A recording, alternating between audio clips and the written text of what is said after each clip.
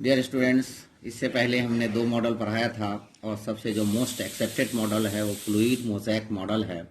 बहुत सारी बातें आप इसमें जानते हैं, चूँकि इसके इंटरनल मैटर को बताने के बाद ही हम अक्रॉस द मेम्ब्रेन ट्रांसपोर्ट कैसे होता है बताएंगे। तो इस मॉडल को सिंगर एंड निकोलसन ने 1972 में दिया था। सिंगर, निकोलसन केमिकल एनालिसिस और बायोफिजिकल प्रोसेस प्रॉपर्टीज के एतबार से के हिसाब से इस मॉडल को दिया गया है, इसलिए ये मॉडल ज़्यादा एक्सेप्टेड है। ये मॉडल कहता है कि प्रोटीन एक आइसबर्ग के तौर पे लिपिड के सी में बहता है। सबसे इंपॉर्टेंट बातें इन्होंने एक लाइन में कह दिया कि protein iceberg in a sea of lipid, यानी लिपिड एक समुंदर है, उसमें प्रोटीन जो है कहीं एक बर्फ का बड़ा तूदा, एक छोटा तूदा, एक बड़ा टुकड़ा, एक छोटा टुकड़ा के तौर पे फ्लोट कर रहा है, जो कि फ्लूइडिटी ऑफ प्लाज्मा मेम्ब्रेन को एक्सप्लेन करता है, जिसको हम मान रहे हैं।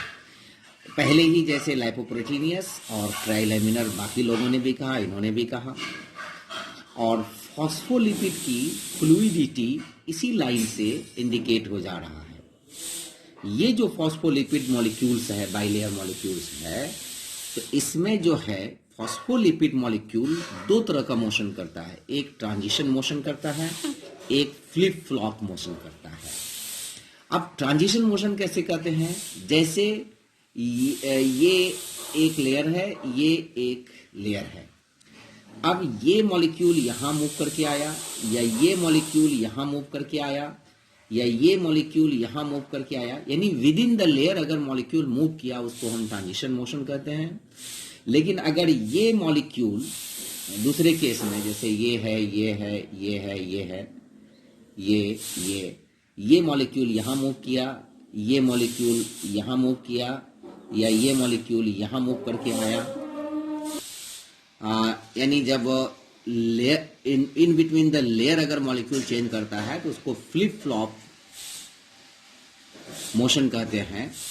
तो ये दो तरह के मोशन की वजह से प्लाज्मा मेम्ब्रेन की फ्लूइडिटी प्रूफ होता है।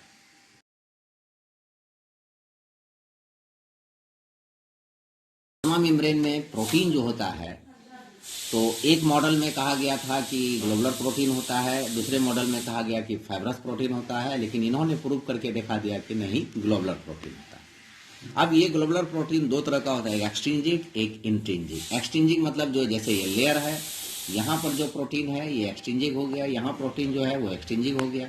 अब यहाँ पर ये इस तरह से एम्बेडेड है, ये एम्बेडेड है, या इस तरह से एम्बेडेड है, जैसा कि डायग्राम में दिखाया गया है, तो वो इंट्रिंजिक प्रोटीन हो गया।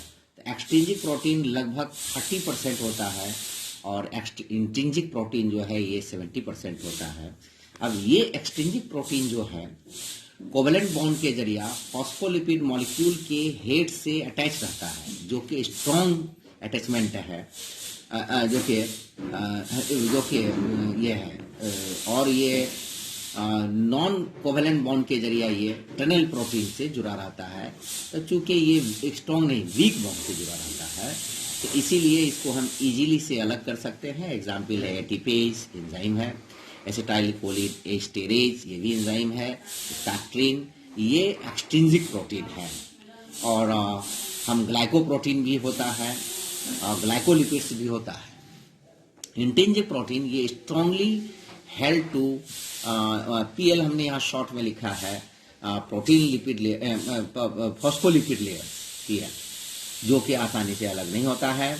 और ये जो इंट्रिंजिक प्रोटीन है, चाहे तो पार्शियली जैसे यहाँ डायग्राम में दिखाया है, ये डायग्राम में दिखाया है, यहाँ ये डायग्राम, या कंप्लीटली अटैच रहता है, और जैसा कि एक डायग्राम हम अटैच किए हैं उसमें भी है। और उसी में से, इसी इंट्रिंजिक प्रोटीन में से कुछ लार्ज साइज प्रोटीन होता है जिसको हम टनल प्रोटीन या ट्रांस मेम्ब्रेन प्रोटीन कहते हैं, जो कि चैनल का चार्ज्ड एक्ट है, चार्ज्ड चैनल, जिसको अभी हम अगले लेक्चर में बयान करेंगे डिटेल में, जो कि कैसे ट्रांसपोर्ट में हेल्प करता है। और ये जो प्रोटीन होता है ये चार तरह का काम करता है, चाहे तो एंजाइम करता है, या रिसेप्टर्स, या कैरियर्स, या स्ट्रक्चरल, ये 4 तरह का काम करता है प्रोटीन। एंजाइम में एक एग्जाम्पल मैंने एटीपेज लिया है, रिसेप्टर में ग्लाइकोप्रोटीन्स लिया है, कैरियर्स में परमेज लिया है, स्ट्रक्चरल प्रोटीन में तो बहुत सारे हैं।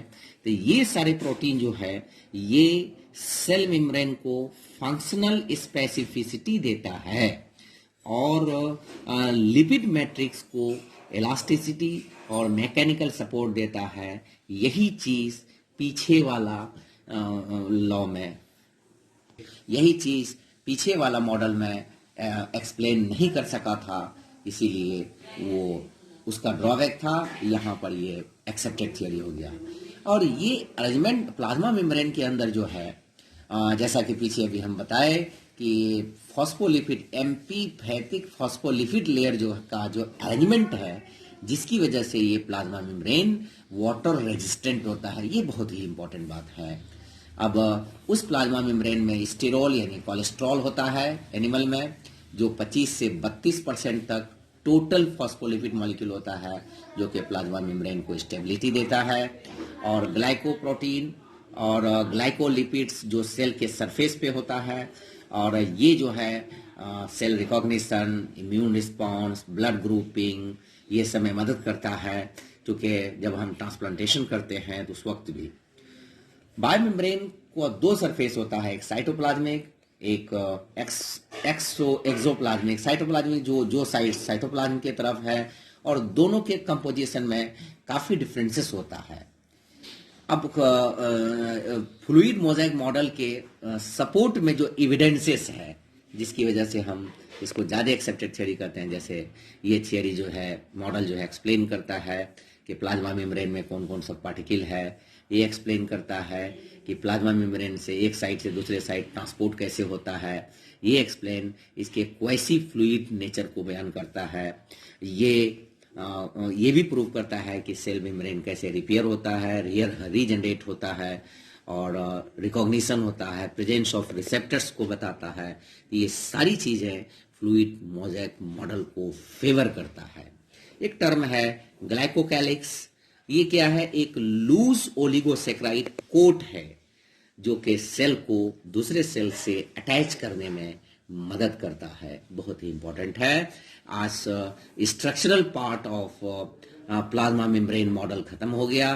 कल हम अगले लेक्चर में अक्रॉस द मेम्ब्रेन ट्रांसपोर्ट कैसे होता है उसको बताएंगे।